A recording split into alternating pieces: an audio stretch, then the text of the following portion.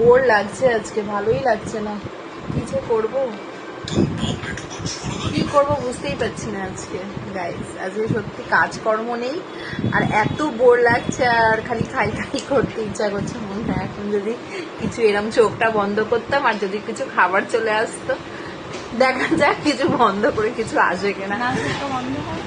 বন্ধ করে কি লাভ, আসবে তো না। না সেটা তো আমি করতেই পারি, চোখটা বন্ধ করবো, হাতটা পেতে, এবার কিছু যদি চলে আসে, মানে চিপস প্যাকেট হোক, আইসক্রিম হোক, যাই হোক একটা যদি চলে আসে, যদি হতো এরকম আর কি। বাট এরকম তো হবে না, কোনো কারণেই হবে না।